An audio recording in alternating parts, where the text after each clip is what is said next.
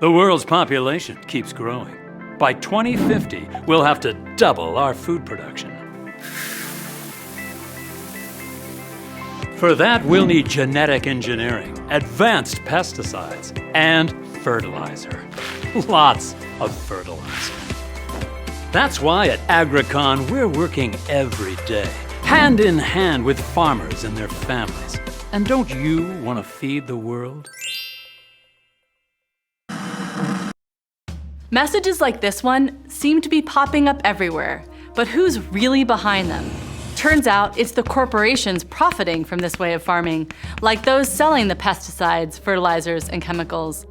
They're spending billions to warn us that their way is the only way, with industry groups like the Alliance to Feed the Future, whose members include the Association for Dressings and Sauces and the National Frozen Pizza Institute. But ask farmers who really know how to feed us, and you'll get a very different story. A heartbreaking and hopeful story that I've heard talking to hundreds of families like this one. 50 years of this myth and the lobbying dollars to support it have tilted the playing field to favor corporate-controlled chemical agriculture, giving farmers little or no support for any other path. So it's easy to understand a lot of farmers feel it's either get on board or get out. Getting on board means farmers stop practices that keep soil healthy and go for single crops. Livestock that used to be raised on the farm get crammed into polluting factories. To keep this unnatural system going, these farmers now buy expensive inputs, all from ever fewer corporations demanding ever-rising prices. It's a quick addiction. Pests become resistant, so you've got to use more chemicals. Livestock becomes sicker, so you've got to use more drugs. Soil loses its natural fertility, so you've got to use more chemical fertilizer. Then on the other side, when farmers try to sell their crops, they face only a few big buyers offering unpredictable prices. The economics don't work for long. Over the last 50 years, millions of desperate farmers have had to sign contracts with corporations that dictate their every move, or have lost their farms altogether.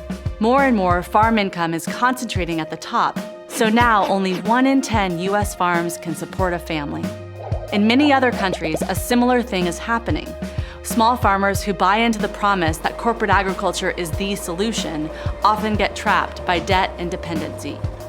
So yes, corporate agriculture is good for some folks, including some of the largest growers, but not the typical farm family. And that's strike one for this myth. But we have to feed the world, right? And if not this way, what choice do we have? A great one. We just don't see ads for it, and it certainly isn't getting the subsidies going to corporate ag. State-of-the-art sustainable farming ends this unnatural chemical addiction. It uses better practices, not ever more expensive purchases. Sustainable farmers build healthy soil by planting a variety of crops and rotating them. They raise their animals on the farm, not in cramped factories. They fertilize using compost and livestock or planting soil-nourishing crops. Healthier plants with good crop rotation also help keep pests in check without hurting the bugs we need, like those all-important pollinators. How does this choice impact everyone else? Massively.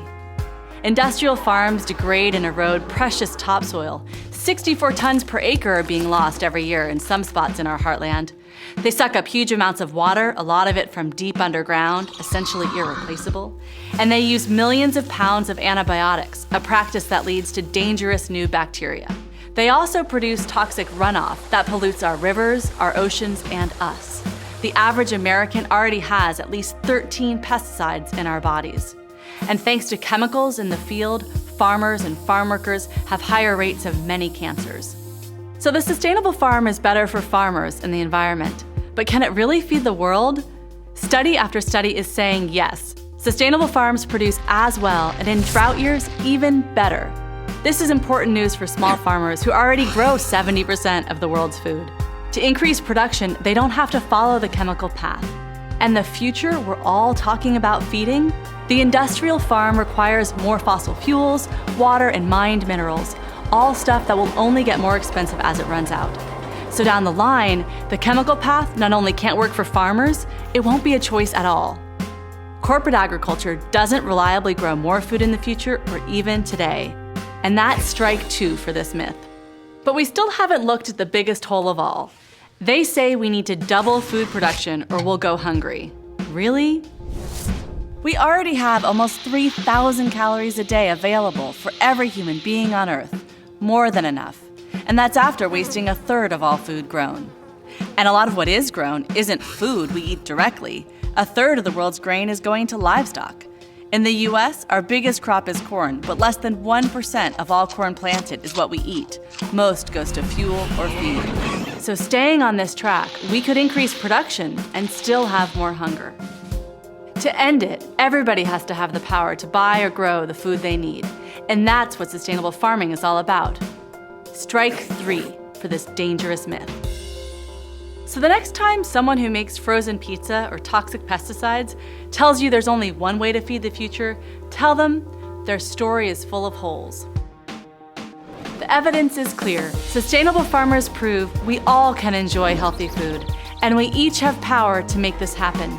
We can redirect our own food dollars and the billions in public money now going into the pockets of big ag. We can stand up and speak out for sustainable farmers here and around the world.